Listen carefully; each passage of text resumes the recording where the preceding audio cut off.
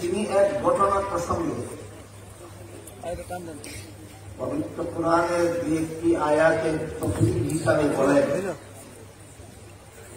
যে আল্লাহ পবিত্র কোরআনে রাসূলকে যেভাবে সম্মান করার আদেশ করেছেন, আলেমকেও হুবহু রাসূলের মতই সম্মান করতে হবে। আমার কথা বুঝে থাকলে একটু দয়া করে বলুন তো, এটাকে আমার কথা ইবনে আব্বাসের কথা? ইবনে আব্বাসের সংক্ষিপ্ত পরিচয় আমি বলছি রাসূলের চাচাতো ভাই এবং এই উম্মতের সর্বশ্রেষ্ঠ মুফাসসিরের নাম। তিনি বলেন, পবিত্র কোরআনে আল্লাহ রাসূলকে যেভাবে সম্মান করার আদেশ করেছেন, আলেমকেও ঠিক রাসূলের মতোই সম্মান করতে হবে। এটা তো আমার কথা নয়, এটা রাইসুল মুফাসসিরিন হযরত আব্দুল্লাহ ইবনে আব্বাস রাদিয়াল্লাহু আনহুর কথা। যদি এই কথার মধ্যে তার এই উক্তির মধ্যে উম্মতের কারো দ্বিমত হয়নি, এখনো দ্বিমত হওয়ার কথা না। আমাদের শুধু বোঝার ব্যাপার হলো কেন তিনি এই কথাটা বললেন। রাসূলকে যেভাবে সম্মান করা আদেশ করেছেন আল্লাহ কোরআনে, আলেমকে হুবহু সেভাবেই সম্মান করতে হবে। তার একমাত্র কারণ,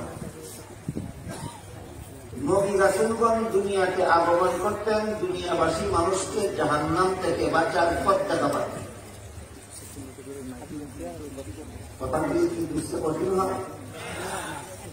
নবী রাসূলগণ দুনিয়াতে আগমন করতেন দুনিয়াবাসী মানুষকে জাহান্নাম থেকে বাঁচার পথ দেখাতেন। আমাদের নবী শেষ নবী হওয়ায়, যেহেতু কিয়ামত পর্যন্ত আল্লাহ আর কাউকে নবী বানাবেন না, তাই শেষ নবী দুনিয়া থেকে বিদায় হওয়ার পর দুনিয়াবাসীকে জাহান্নাম থেকে বাঁচার পথ দেখাবার আর কোন দরকার নাই। তাহলে কাজটা করবে কে? এখন তো নবী নাই, একমাত্র আল্লাহ। নবীগণের যুগে নবীগণ যেই দায়িত্ব পালন করেছেন, সেই দায়িত্ব নবীর অবর্তমানে কিয়ামত পর্যন্ত একমাত্র আলেমগণ পালন করবে। তাই নবীগণের যেই দায়িত্ব ছিল আলেমগণের যেহেতু সেই দায়িত্ব, এই জন্য ইবনে আব্বাস বলেন, নবীকে যেভাবে সম্মান করার আদেশ করেছেন আল্লাহ কোরআনে, আলেমকেও সেভাবেই সম্মান করতে হবে। যেমন আমি রাসূল করিম সাল্লাল্লাহু আলাইহি ওয়াসাল্লামের একটি হাদিস আপনাদের সামনে তিলাওয়াত করেছি। তাতে রাসূল বলেন, কুন আলিমান, তুমি আলেম হও। এটা হলো তোমার জন্য জাহান্নাম থেকে বাঁচার এক নম্বর পথ। আলেম হওয়া তোমার জন্য জাহান্নাম থেকে বাঁচার এক নম্বর পথ। তারপরে রাসূল বলেন, তোমার যদি আলেম হওয়ার সুযোগ না থাকে, অধিকাংশ মুসলমানেরই তো আলেম হওয়ার সুযোগ থাকে। বিভিন্ন মুসলমান বিভিন্ন পেশা নিয়ে জীবন ব্যস্ত থাকার কারণে অধিকাংশ মুসলমানেরই আলেম হওয়ার সুযোগ থাকে। তাই যাদের আলেম হওয়ার সুযোগ নাই, তাদের উদ্দেশ্যে রাসূল বলেন, আও মুতাআল্লিমান, আলেমের ছাত্র হও।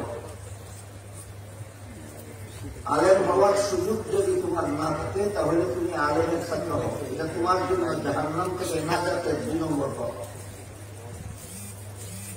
যেভাবে আলেম হওয়ার সুযোগ থাকে না অনেকেরই, তেমনিভাবে আলেমের ছাত্র হওয়ার সুযোগও তো অনেকেরই থাকে না।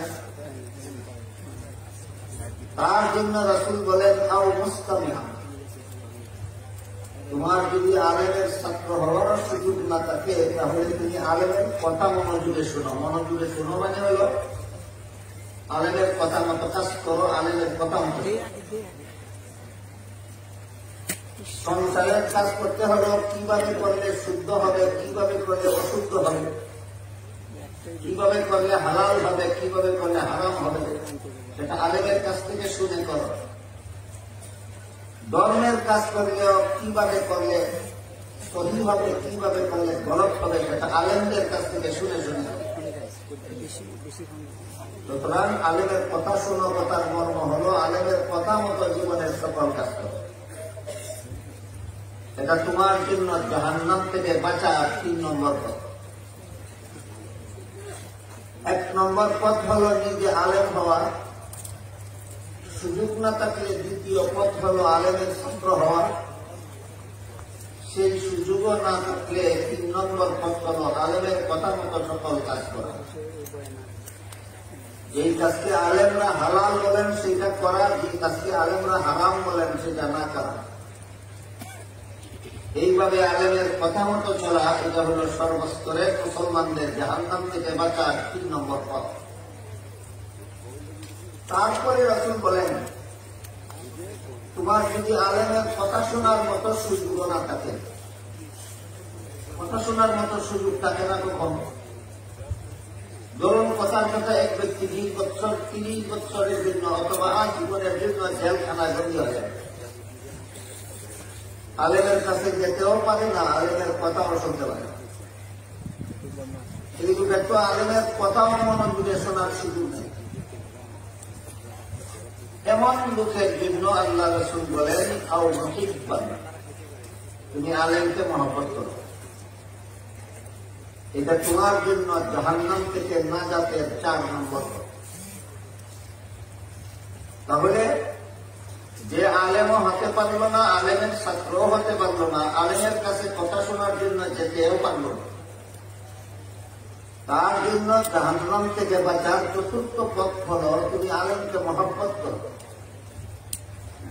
এরপরে রাসূল বলেন, ওয়ালা তাকুন খামিসান, কিন্তু সাবধান, তুমি 5ম পথ অবলম্বন করো। কথা বুঝে থাকতে বলুন তো, আলেমকে মহব্বত করা যদি 4র্থ পথ হয়ে থাকে জাহান্নাম থেকে বাঁচা, তাহলে 5ম পথটা কি হবে? হ্যাঁ, একজন মাত্র বললেন।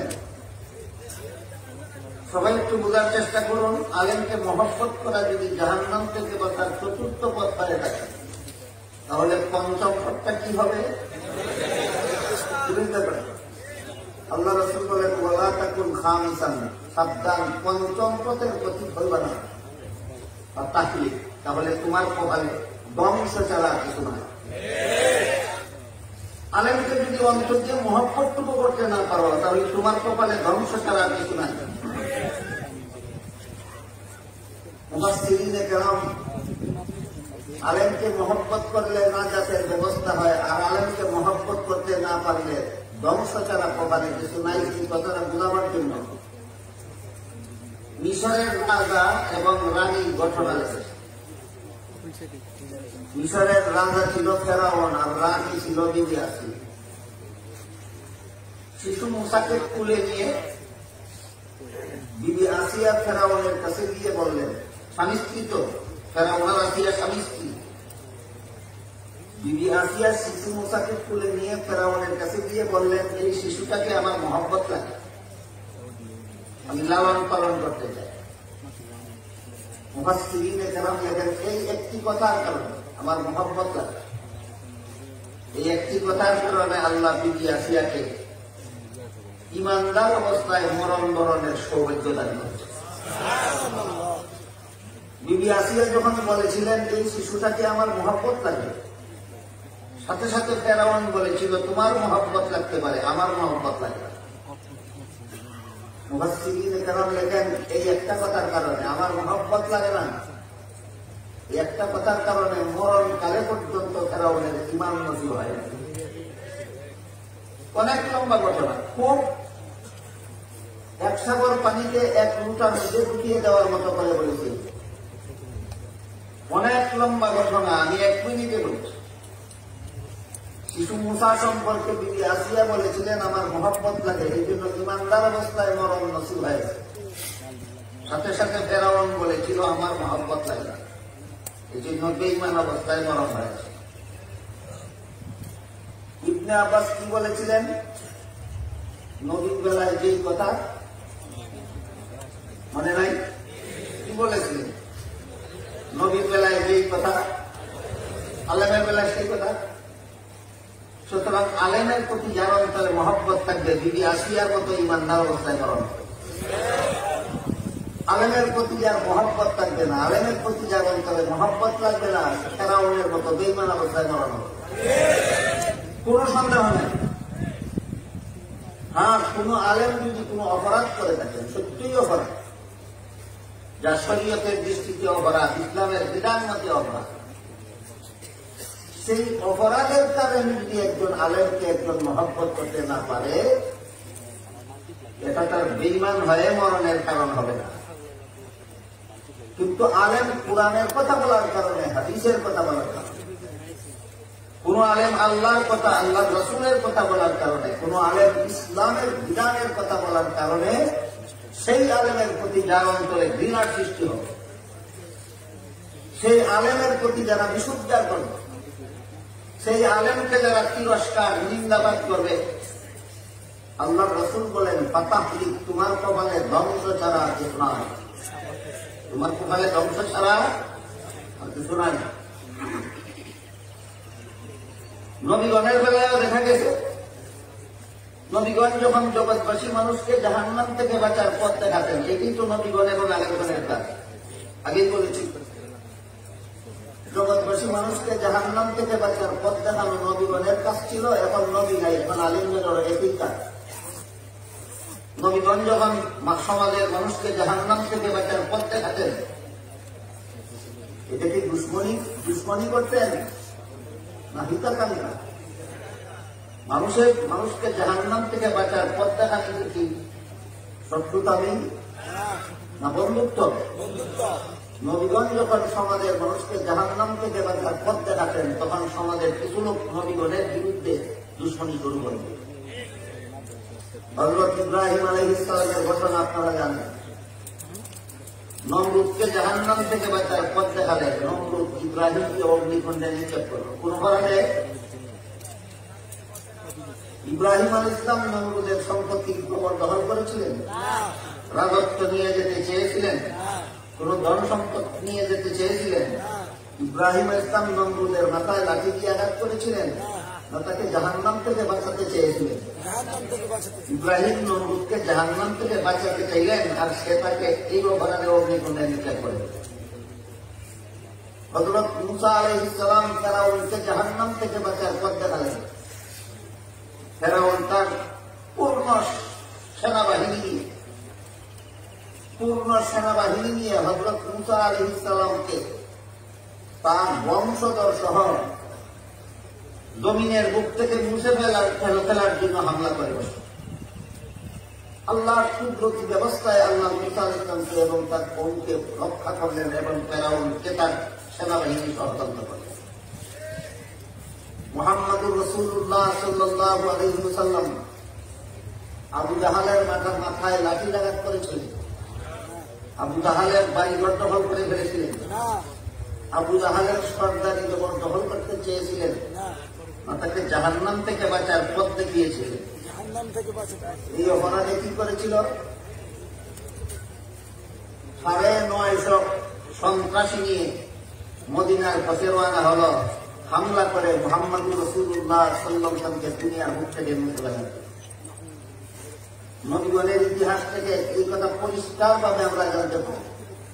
নবীগণ যেভাবে সমাজের মানুষকে জাহান্নাম থেকে বাঁচার পথ দেখাবার অপরাধে নমরুদ মার্কা, ফেরাউন মার্কা, আবু জাহাল মার্কা লোকেরা নবীর বিরুদ্ধে দুশ্মনী করেছিল, ঠিক তেমনি ভাবে আলেমগণ যখন সমাজের মানুষকে জাহান্নাম থেকে বাঁচার পথ দেখান, তখন এই সমাজে যে সমস্ত লোক নমরুদ মার্কা, ফেরাউন মার্কা, আবু জাহাল মার্কা লোক থাকে, এরা আলেমগণের বিরুদ্ধে শত্রুতা শুরু করে না।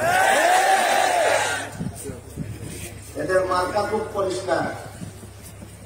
আলেমগণের মার্কা হইল ইব্রাহিম মার্কা, আলেমগণের মার্কা হইল মুসা মার্কা, আলেমগণের মার্কা হইল মুহাম্মদ মার্কা। আর আলেমগণের দুশ্মনীতে যারা লিপ্ত হয়, এদের মার্কা হইল নমরুদ মার্কা, ফেরাউন মার্কা, আবু জাহাল মার্কা। দুইটা পক্ষের মার্কা পরিষ্কার বুঝতে পারেন। এর একটা চমৎকার উদাহরণ, আপনার দাঁতে যদি হাড়ের গুঁড়া অথবা মাছের কাঁটা আটকে যায়, আটকে না কোনো সময়, তখন দাঁতে কিছুটা ব্যথা হয়। দাঁতের ফাঁক থেকে এই কাঁটা ছাড়াবার জন্য, দাঁতকে ব্যথামুক্ত করার জন্য চূড়ান্ত একটা ভূমিকা পালন করে জিহ্বা। জিহ্বা সেই কাঁটাটাকে খেলতে থাকে, খেলতে থাকে, খেলতে থাকে, খেলতে খেলতে এক সময় নিজে জখম হয়ে যায়। কাঁটাটা কাটলে কি জিহ্বার ব্যথা হয় না দাঁতের ব্যথা? জিহ্বা ঠেলে কেন? নিজের সাথে না দাঁতকে মুক্ত করার জন্য। যেমন ভাবে দাঁতকে ব্যথা মুক্ত করার জন্য জিহ্বা ঠেলে, জিহ্বার কোনো স্বার্থ নেই, ঠিক তেমনি ভাবে সমাজের মানুষকে জাহান্নাম থেকে মুক্ত করার জন্য আলেমগণ কুরআন হাদিসের কথা বলে। এদের নিজেদের কোনো স্বার্থ নেই। কিন্তু সেই দাঁত যদি কোনোদিন সুযোগ মতো জিহ্বাকে পায়, বুঝলেন কথা, যে দাঁতকে এই ব্যথামুক্ত করার জন্য জিহ্বা তার দাঁতের ফাঁকের কাঁটাকে খেলতে খেলতে দিলে জখম হয়ে গেল, সেই জিহ্বাকে দাঁত যদি কোনোদিন সুযোগ মতো পায় তাহলে কামড় মেরে কেটে ফেলে কিনা? এইটার নাম হলো নিমক হালাল। নিমক হালাল। তাহলে দাঁতে জিহ্বার সাথে কি করে? নিমক হারানি করে। ঠিক তেমনি ভাবে নমরুদ মার্কা, ফেরাউন মার্কা, আবু জাহাল মার্কা লোকেরা আলেমদের সাথে দাঁতের ভূমিকা পালন করে। কিসের ভূমিকা? এরা সমাজের নিমক হারাম ছাড়া আর কিছু নয়।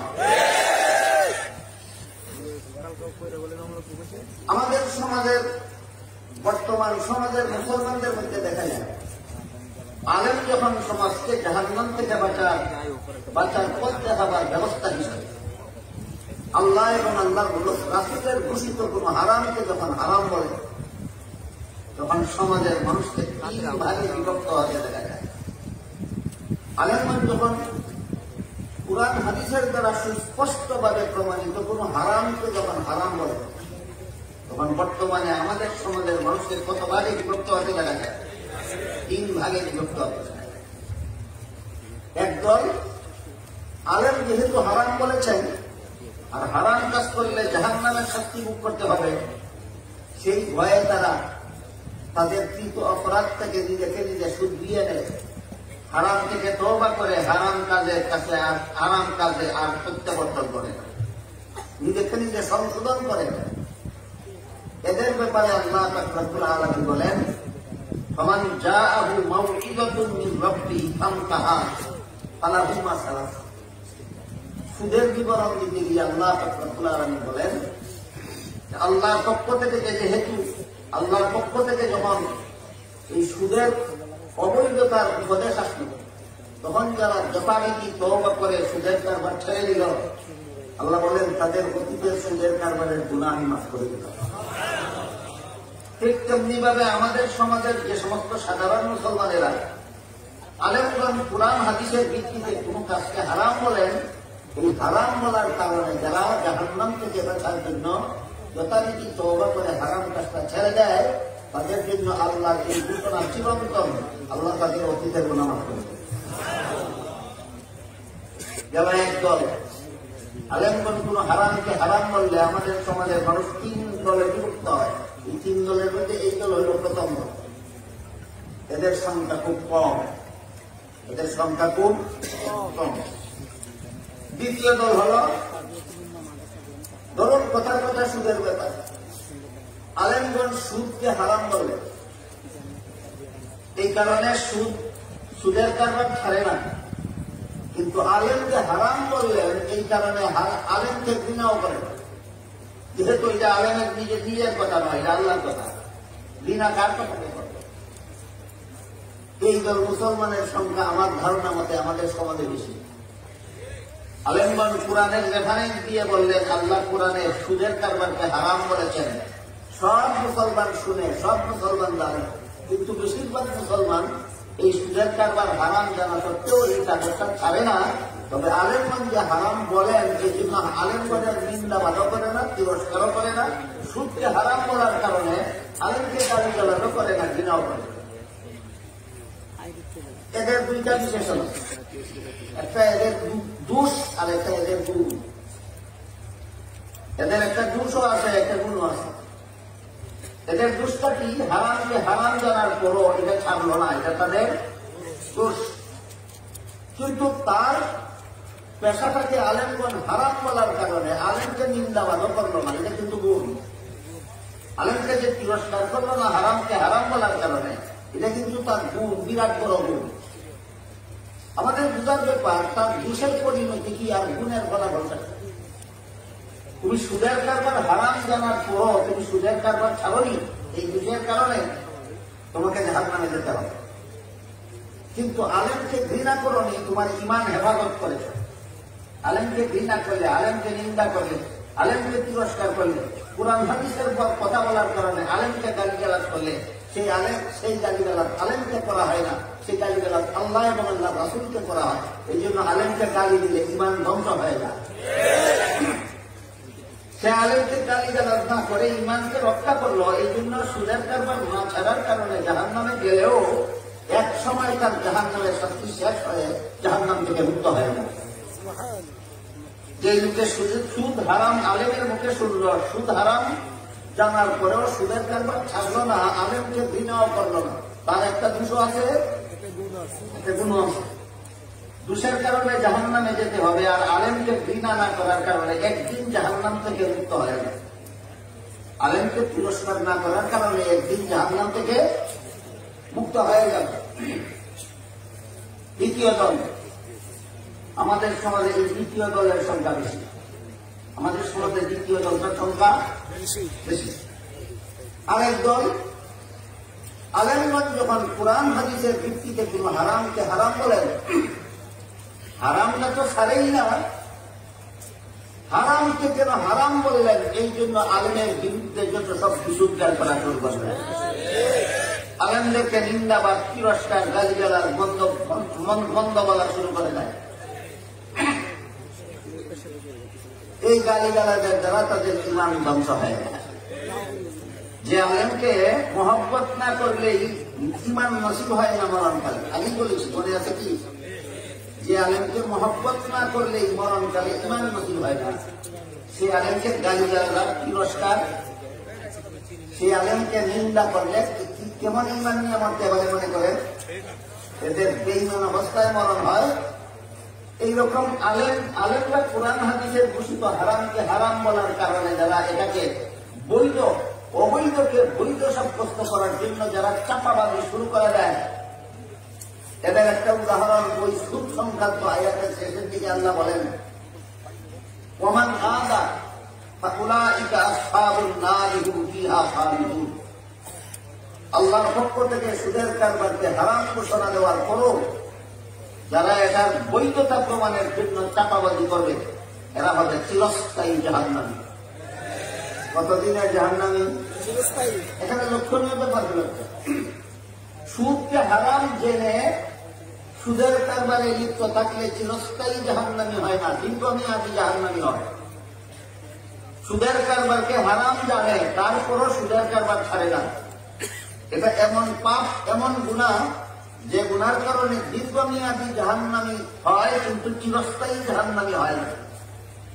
কিন্তু সুদের কারবারকে বৈধ প্রমাণের অপচেষ্টায় যখন মেতে উঠে, তখন আর ইমান থাকে না, তখন চিরস্থায়ী জাহান্নামী সাব্যস্ত হয়ে যায়।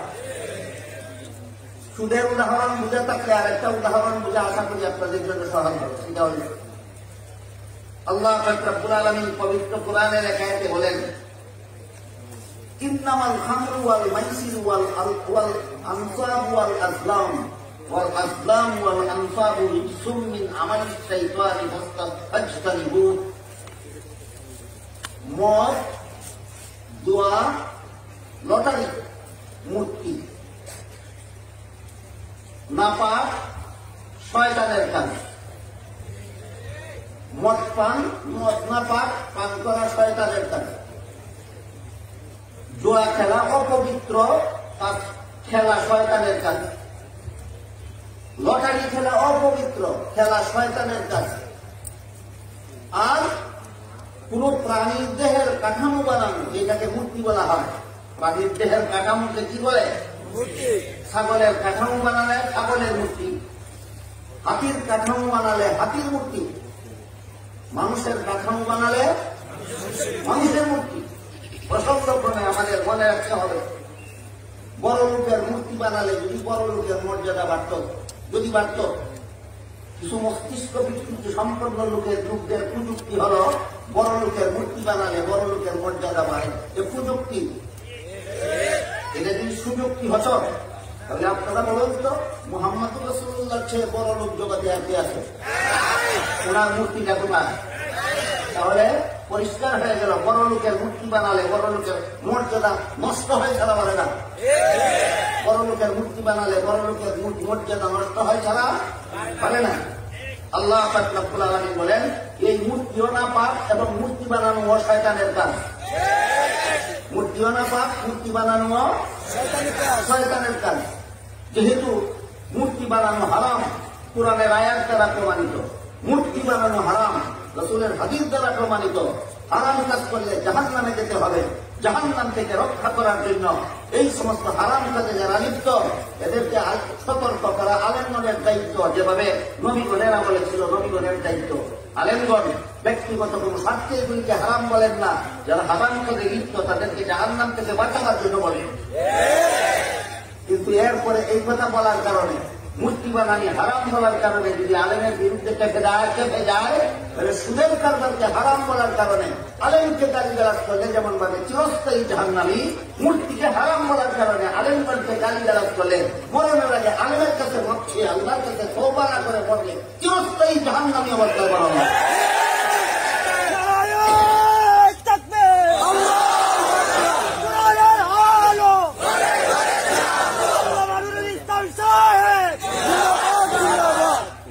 এবার আমি আলেমদেরকে মহব্বত কেন করবো, এর একটা যুক্তি। আর মহব্বত করলে এর সুফল সম্পর্কে কিছু কথা বলে 2-3 মিনিট আমার কথা শেষ করার চেষ্টা করব। ধরুন একটা ছেলে তার মায়ের গর্ভে থাকা অবস্থায় তার বাবা মারা গেল, জন্মগ্রহণ করার পরে কি বাবাকে দেখতে পেল? তাকে লালন পালন করলো তার চাচা, লেখাপড়া করালো চাচা, মানুষ রূপে গড়ে তুললো চাচা। এই কাজগুলি আসলে কাজ ছিল। এই এতিম ছেলেটাকে যদি তার বাবা থাকতো তাহলে লালন পালন করা বাবার দায়িত্ব ছিল। বাবা থাকলে তাকে লেখাপড়া করিয়ে মানুষ রূপে গড়ে তোলা দায়িত্বটা ছিল বাবা। বাবা না থাকার কারণে কাজটা করে দিল কে? চাচা। এই ছেলেটার জন্য কি উচিত নয় চাচাকে বাবার মতো সম্মান করা? উচিত নয়। কেন? বাবার কাজ করে দিয়েছে চাচা হওয়া সত্ত্বেও বাবার কাজ করে দিয়েছে। এই জন্য ছেলেটার জন্য উচিত তার চাচাকে হুবহু বাবার মতো সম্মান করা। এই জন্য ইবনে আব্বাস বলেন, আল্লাহ পবিত্র কোরআনে নবীকে যেভাবে সম্মান করার আদেশ করেছেন, আলেমকে হুবহু নবীর মতো সম্মান করতে হবে। এই জন্য আলেমকে নবীর মতো সম্মান করতে হবে। কথা ইবনে আব্বাস বলেন, যুক্তি থাকে। আমরা যদি দুনিয়াতে জন্মগ্রহণ করে এসে নবীকে পেতাম তাহলে দিন ধর্ম বলুন তো কার কাছে শিখতাম? নবীর কাছে শিখতাম। সোজা কথা। আমি যদি দুনিয়াতে এসে নবীকে পেতাম অবশ্যই আমি নামাজ রোজা করে না কালাম হালাল হারাম নবীর কাছে শিখতাম। যেহেতু এই দুনিয়াটা অনেক সুন্দর, নবী সত্য দুনিয়াতে আমরা জন্মগ্রহণ করে এসেছি, তাই নবী না থাকার কারণে এই দিন ধর্ম করে না কালাম এইগুলি আমাকে আমার উস্তাদ আলেম শিক্ষা দিয়েছে। কার কাছে করে দিয়েছেন? নবীর কাজ আলেমগণকে করে দিয়েছেন। এই জন্য আলেমের প্রতি জীবন বলে শ্রদ্ধাবোধ থাকতে হবে যে আমি আলেমকে না পেলে আমি কলেমা শিখার কোন স্থান ছিল না আমার। এই দুনিয়াতে আলেম না থাকলে আমার হালাল হারাম শিখার কোন উপায় ছিল না। এই দুনিয়াতে কোন আলেম না থাকলে আমার জাহান্নাম থেকে বাঁচার পথ চিনার কোন উপায় ছিল না। এতটুকু কৃতজ্ঞতা উচ্চারণ করে নাই, তার মতো চরম নিমক হারাম জগতে এত হতে পারে না। কাজে বিবি আসিয়ার মতো আমরা যদি আলেমদের প্রতি অন্তরে মহব্বত রাখি, এই মহব্বতের সুফলটা কি হবে? হাদিস শরীফে রাসূল করিম সাল্লাল্লাহু আলাইহি ওয়াসাল্লাম বলেন, শেষ বিচারের দিন, কিয়ামতের দিন, যখন সারা দুনিয়ার সমস্ত মানুষ জীবনের সফলতাকে হিসাব দেওয়ার জন্য আল্লাহর সামনে দাঁড়ায়, সেদিন আল্লাহ আলেমগণকে বলবেন, আলেমরা তোমরা জগতের সমস্ত মানুষ থেকে আলাদা হয়, আলাদা কাতারে দাও।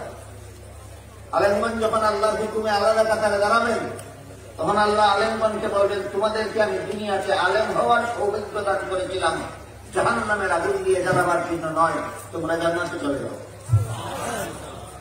এখানে প্রশ্ন দেখতে পারে যে আলেম হলেই যদি জান্নাতে যাওয়া যায়, তাহলে আলেমগণ আর নামাজ রোজা দিবস করার দরকার কি? আলেমগণ সুস্কুর পুস্কুর মদকুর গাজাকুর হলে অসুবিধা কি? এই প্রশ্নের সংক্ষিপ্ত জবাব বিভিন্ন হাদিসের দ্বারা সুস্পষ্টভাবে প্রমাণিত।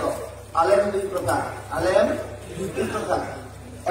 এক প্রকার আলেম নিজের এলেমকে ব্যবহার করেন জনগণকে জাহান্নাম থেকে মুক্তির পথ দেখাবার জন্য, আর এক প্রকার আলেম নিজের এলেমকে ব্যবহার করে দুনিয়ার স্বার্থ হাসিল করার জন্য। সারা বাংলার সমস্ত আলেমগণ যখন মূর্তির বিরুদ্ধে কথা বলতে শুরু করেছিলেন, তখন এমন দুই একটা তুলাঙ্গার দুষ্ট আলেম এই মূর্তির পক্ষে ওকালতি করা শুরু করে দিয়েছিল। এই জন্য কোন আলেমকে আল্লাহ হাসরের মাঠে বলবেন তোমরা জান্নাতে চলে যাও, সেই আলেমটাও চিহ্নিত হওয়া দরকার। এই ব্যাপারে মুফাসসিরিনে কেরাম যা লিখেছেন তার সারমর্মটা আমি আপনাদের সামনে তুলে ধরছি। আলেম দুই প্রকার, এক প্রকার আলেম হলো সমাজের দৃষ্টিতে আলেম, আর এক প্রকার আলেম হলো আল্লাহর দৃষ্টিতে আলেম। সমাজের দৃষ্টিতে আলেম কারা? কুরআন হাদিসের এলেম শিখেছে যারা, সমাজের দৃষ্টিতে আলেম। আল্লাহর দৃষ্টিতে আলেম কারা? কুরআন হাদিসের এলেম মতো জীবনযাপন করে যারা। ব্যবধান হইল কি? কুরআন হাদিসের এলেম শিখলেই সমাজের লোকে আলেম বলে, আর এলেম মতো জীবনযাপন করলে আল্লাহ আলেম বলে। এলেম মতো যারা জীবনযাপন করতে চায় এরা হারামকে হারাম বলে, আর শুধুমাত্র এলেম শিখেছে এলেম মতো যারা জীবনযাপন করতে চায় না, এরা হারামের পক্ষে ওকালতি করে, আলেমের বিরুদ্ধে যারা দুশ্মনী করে তাদের পক্ষে দালালি করে। এই সমস্ত দালালদেরকে আল্লাহ হাসরের মাঠে জান্নাতে যাও বলবেন না, বলবেন এই দালাল মৌলবীরা জাহান্নামে যাও। আরো পরিষ্কার হাদিস আছে, এক হাদিসে উল্লেখ আছে, আমি হাদিসের শেষের অংশটা বলব। হাদিসের শেষের অংশে উল্লেখ আছে আল্লাহ এক শ্রেণীর আলেমকে হাসরের মাঠে জিজ্ঞাসা করবেন, তুমি কি করেছ দুনিয়ায়? বলবে এলেম প্রচার করেছি। আল্লাহ ফেরেশতাকে বলবেন এই আলেমের পায়ে জিঞ্জির দিয়ে বাঁধো, উল্টা হেসিয়ে জাহান্নামে নিয়ে যাও। আলেম আল্লাহর কাছে জানতে যেতে, আমার কি অপরাধ? আমি এলেম শিখেছি, তোমার বান্দাদের কাছে এলেম প্রচার করেছি, জাহান্নামে যাবো কেন?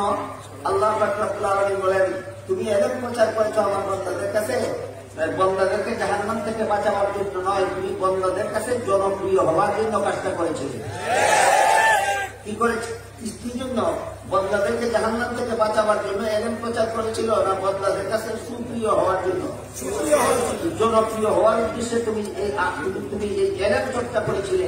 তোমার মতো আলেমের পুরস্কার আমি আল্লাহর কাছে জাহান্নামের আগুন ছাড়া দিত না। সুতরাং বর্তমান প্রেক্ষাপটে বাংলাদেশে কোন কোন আলেম হক্কানি আর কোন কোন আলেম দুষ্ট, এটা দুধের দুধ পানির পানি আলাদাভাবে চিহ্নিত হয়ে গেছে। চিহ্নিত হয়ে গেছে কিনা?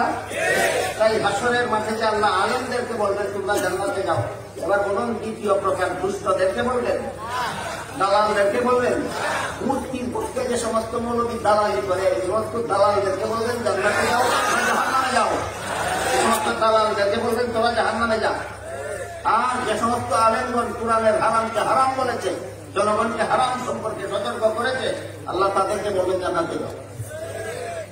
হাদিস শরীফে আল্লাহ রাসূল আরো বলেন, আল্লাহর হুকুমে আলেমগণ যখন জান্নাতে যাবেন, তখন জান্নাতে যাওয়ার পথে কিছু গুনাহগার মুসলমান তাদেরকে ডাকবে, বলবে হুজুর আমি দুনিয়াতে আপনাকে এক গ্লাস পানি পান করেছি। বলুন একজন আলেমকে একজন সাধারণ মুসলমান পানি পান করায় দুশ্মনীর কারণে না মহব্বত? এটা কত নম্বর পথ ছিল? হ্যাঁ 4 নম্বর পথ। এক গ্লাস পানি পান করেছিল মহব্বতের কারণে, মানে সে 4 নম্বর পথের প্রতি। কত নম্বর পথের প্রতি? আল্লাহ রাসূল বলেন আরেকজন গুনাহগার মুসলমান জান্নাতে যাওয়ার পথে একজন আলেমকে দেখে বলবে হুজুর আমি দুনিয়াতে আপনাকে একবার নূরুল হাবিব ব্যবস্থা করে দিয়েছিলাম, দুশ্মনীর কারণে না মহব্বতের কারণে, কিন্তু আমার গুনার কারণে আল্লাহ আমাকে আদেশ করেছেন জাহান্নামে যেতে। আল্লাহ রাসূল বলেন গুনাহগার মুসলমানের মুখে এই কথাটা শুনে আলেম তার নিজের জান্নাতে যাওয়া বিরতি দিয়ে দাঁড়িয়ে যাবেন। আলেম মনে করবেন যে আমার জান্নাতে আমি পরে যাই, শেষ চেষ্টা করে দেখি এই গুনাহগার মুসলমানটাকে জাহান্নাম থেকে বাঁচানো যায়। রাসূল বলেন সেই আলেম নিজের জান্নাতে যাওয়া বিরতি দিয়ে দাঁড়াবেন, বাইরে আল্লাহকে বলবেন, আল্লাহ এই লোকটা ঠিকই বলেছেন, আমাকে মহব্বত করতে বলেই এক গ্লাস পানি পান করিয়েছিল, আমাকে মহব্বত করতে বলেই একবার কুলুম পানির ব্যবস্থা করে দিয়েছিল। আল্লাহ তখন বলবেন, এদের গুনার কারণে আমি আদেশ করেছিলাম জাহান্নামে যেতে, কিন্তু আলেমরা তোমরা যেহেতু সাক্ষী দিলা, তোমাদের সাথে এদের মহব্বতের সম্পর্ক ছিল, তোমাদের সাক্ষীর কারণে আমি এদেরকে মাফ করে দিলাম। আলেমরা তোমরাও জান্নাতে যাও, এদেরকে সাথে নিয়ে যাও। সুতরাং আলেমদেরকে যত তিরস্কার করতে পারেন ততই মঙ্গল, আলেমদেরকে যত ঘৃণা করতে পারেন ততই মঙ্গল, আলেমদেরকে যত গালাগালি করতে পারেন ততই মঙ্গল, আর মূর্তির পক্ষে যত গালাগালি করতে পারেন ততই মঙ্গল। নবমঙ্গল। আল্লাহ আপনাদের আমাদেরকে মঙ্গল অমঙ্গল বিষয়টা পরিষ্কারভাবে বুঝার তৌফিক দান করুন। আমিন। সুবহান রাব্বিকা রাব্বিল ইজ্জাতি আম্মা ইয়াসিফুন ওয়া সালামুন আলাল মুরসালিন আলহামদুলিল্লাহি রাব্বিল আলামিন।